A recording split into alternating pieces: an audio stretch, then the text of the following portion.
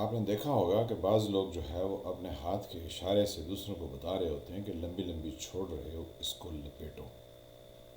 تو لمبی لمبی چھوڑنے کا رواج ہمارے ملک میں بہت زیادہ ہے، اور اسی لمبی لمبی چھوڑنے کے سلسلے میں ایک بہت مشہور و معروف صاحب ہیں جن کو عدالت کی طرف سے یہ حکم دیا گیا ہے کہ وہ 1 کروڑ روپیہ ہرجانہ ادا کریں، اور ساتھ میں پولیس کو یہ حکم دیا گیا ہے کہ وہ ان صاحب کو گرفتار کریں اور گرفتار کر کے عدالت میں پیش کریں.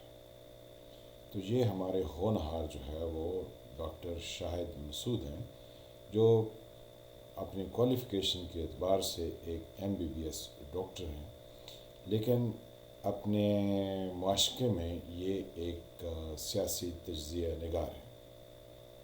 ہر انسان کی اپنی چوائس ہوتی ہے کہ وہ کس کام میں کتنی مہارت رکھتا ہے، یہ کتنی دلچسپی رکھتا ہے. لیکن سوال یہ ہے کہ جب آپ لمبی لمبی چھوڑتے رہیں اور آپ کے پاس ثبوت نہ ہوں، اور آپ صرف وقتی ریٹنگ کے لیے ایسے بیان داغتے رہیں کہ پھر عدالت میں آپ ثابت نہ کر سکیں، جیسا کہ یہ فیصلہ ان کے اگینسٹ آیا ہے. کیونکہ وہ جب نیوز 1 میں پروگرام کرتے تھے تو پیپلز پارٹی کے سعید غنی ہیں، ان کے خلاف وہ بے پر کی اڑاتے تھے. حالانکہ مجھے کوئی اچھا نہیں لگتا بے پر کا لفظ استعمال کرنا، کیونکہ یہ کوئی اتنا اچھا لفظ نہیں ہے، لیکن معنی یہ ہے کہ یعنی جس چیز کے پر نہ ہو وہ کیسے اڑ سکتی ہے، لیکن وہ اڑایا کرتے تھے. پھر سعید غنی جو ہے وہ ان کے اسی اسٹوڈیو کے باہر، یعنی وہ جو نیوز کا دفتر تھا، اس کی راداری میں ان کے سامنے دھرنا دے کے بیٹھے رہے کئی دن، اور کئی دفعہ ہوا، اور انہوں نے پریس کانفرنسز بھی کیں کہ یہ جو ڈاکٹر شاہد مسعود ان پر الزام لگاتے ہیں وہ درست نہیں ہے. اور جو سعید غنی ہیں انہوں نے کہا کہ ڈاکٹر شاہد مسعود انہیں ٹیلی ویژن پروگرام میں لیں اور ان سے ڈائریکٹ سوال کریں تو وہ اس کے جواب دینے کو بھی تیار ہیں. لیکن شاہد مسعود صاحب جناب کہاں کسی کو پکڑائی دیتے تھے، تو انہوں نے بالکل پکڑائی نہیں دیا. تو پھر اس پر جو ہے وہ سعید غنی جو کہ پیپلز پارٹی کے ایک سرکردہ ممبر ہیں، انہوں نے عدالت سے رجوع کر لیا. عدالت میں آئیں بائیں شائیں ڈاکٹر شاہد مسعود صاحب کرتے رہے. کرتے کرتے اب اس نہج پر بات پہنچی کہ ڈاکٹر صاحب کو 1 کروڑ روپیہ جرمانہ یا ہرجانہ ادا کرنے کا حکم دے دیا گیا، اور ساتھ میں یہ کہا گیا پولیس سے کہ یہ عدالت میں پیش نہیں ہوتے ہیں، یا ان کی کوتاہیاں ہیں کہ عدالت کو یہ کچھ سمجھتے ہی نہیں ہیں، تو ذرا ان کو گرفتار کر کے پیش بھی کیا جائے. تو یہ ہے ہمارے ملک میں چند افراد جو کہ مشہور ہو جاتے ہیں، وہ پھر قانون کو یا جو ضابطے ہوتے ہیں ان کو خاطر میں نہیں لاتے.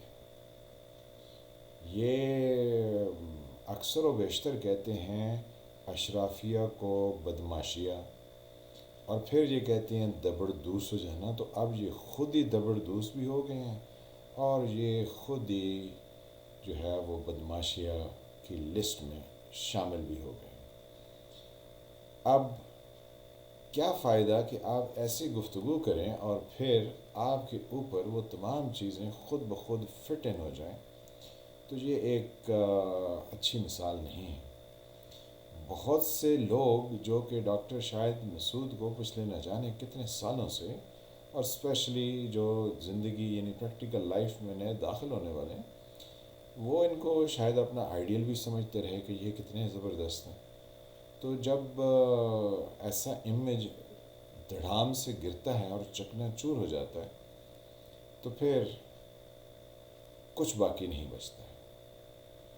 تو اب یہ اپنے مقدمے میں اپیل بھی کریں گے، جائیں گے بھی، لیکن سوال یہ ہے کہ جب یہ نچلی کورٹ میں اپنے دفاع میں وہ باتیں نہیں کہہ سکیں جو کہ انہوں نے اپنے پروگرامز میں کہیں، تو یہ اپیل میں جا کے کون سا تیر چلا سکیں گے. کیونکہ اپیل میں تبھی کچھ آپ کے حق میں بات بن سکتی ہے اگر آپ نے بنیادی جو سٹیجز ہیں مقدمے کی، اس میں آپ نے اپنے ثبوت پیش کیے ہیں، تو ڈاکٹر صاحب اس چیز میں بری طرح ناکام رہے ہیں۔ اور ہمارے وطن عزیز میں ایسے بڑے بڑے بہت سارے نام ہیں جو کہ قانون کو قانون نہیں سمجھتے ہیں، جو کہ اصول کو اصول نہیں سمجھتے ہیں، ضابطہ تو خیر ان کو قریب سے چھو کر نہیں گزرا۔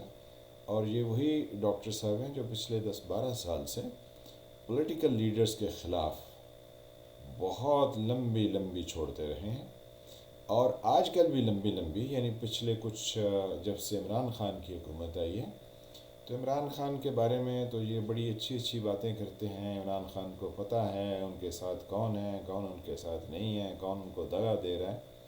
پھر کہتے ہیں یہ نظام پاکستان کا دھڑام سے گر جائے گا اور یہ نظام خود بخود گرے گا۔